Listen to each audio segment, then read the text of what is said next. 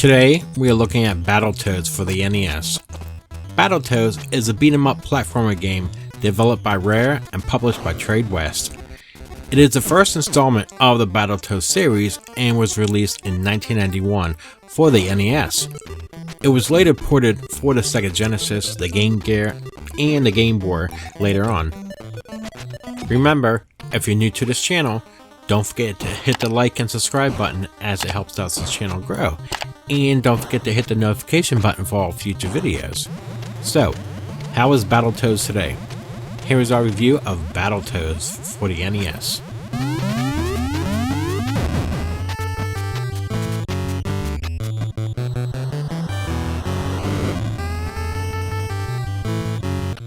Rash and Zitz, two of the Battletoads, set out on a mission to vanquish the wicked Dark Queen on her world and rescue their abducted friends, Pimple, the third Battletoads, and Princess Angelica. The Dark Queen will torment you with some brilliantly sarcastic language between each level. I really enjoyed the presentation, and I really think the cutscenes are really well done, especially for its time.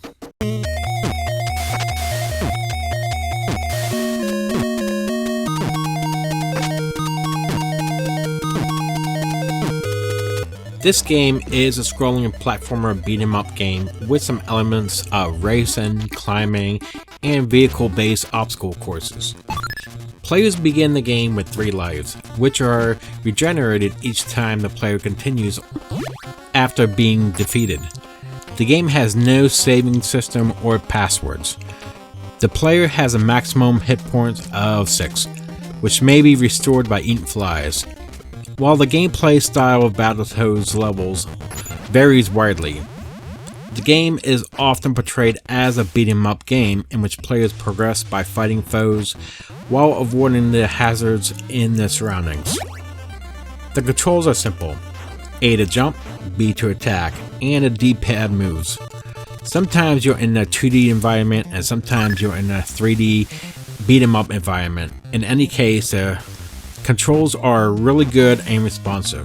However, regular movement and battles aren't all there is to this game, since there are a variety of portions when you enter a vehicle. Objects from the environments or enemies can also be used as weapons, such as legs from broken apart walkers, beaks from ravens, pipes on the wall, and flagpoles from the Dark Queen's tower. Several levels in the game feature sections in the form of an obstacle course where the player must dodge a series of obstacles while speeding increase as the level progresses. Other levels include 2 tower climb levels, a rope descent, an underwater level, a maze chase riding a unicycle style vehicle, a platforming snake maze, and a race level in which the player must fall as quickly as possible through countless platforms to reach the bottom of a tower before the enemy does. There are 4 mega warp spots hidden throughout the stages that, when reached, allow the players to immediately advance 2 levels.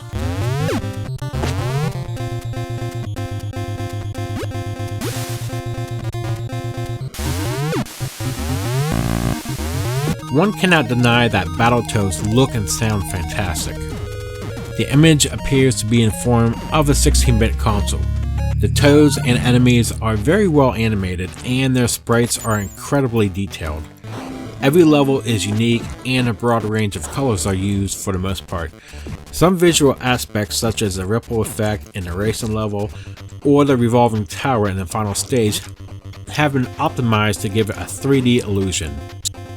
Now, some of the backgrounds and colors may not be very appealing than most levels.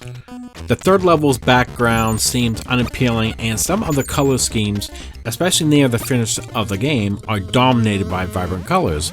But regardless, the visuals in this game are still really good.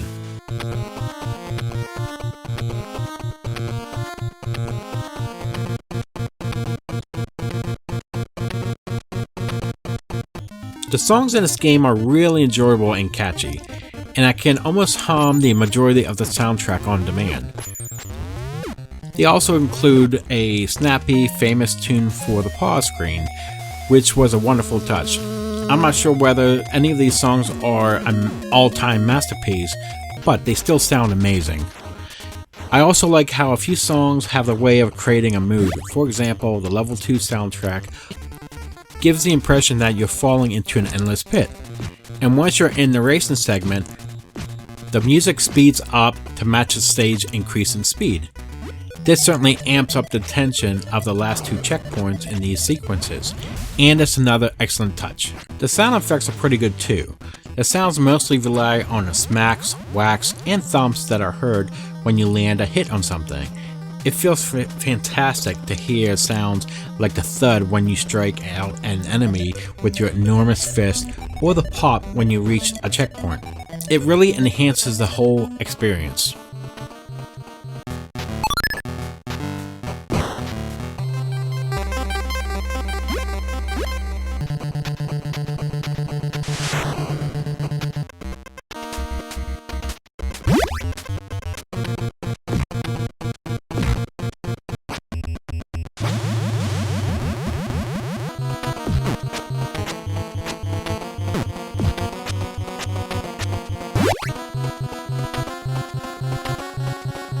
I should go without saying that Battletoads is not for the faint of heart. It will quickly eat you up and spit you out. In some ways, this is what I love about games when I was a kid. They provide these enormous obstacles while refusing to take your hand.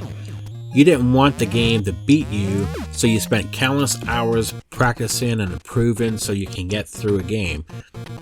The most extreme example is Battletoads. And while I like the game and the difficulty, I wish there was a save or password system. This is one, if not the most difficult games I have ever played on the NES.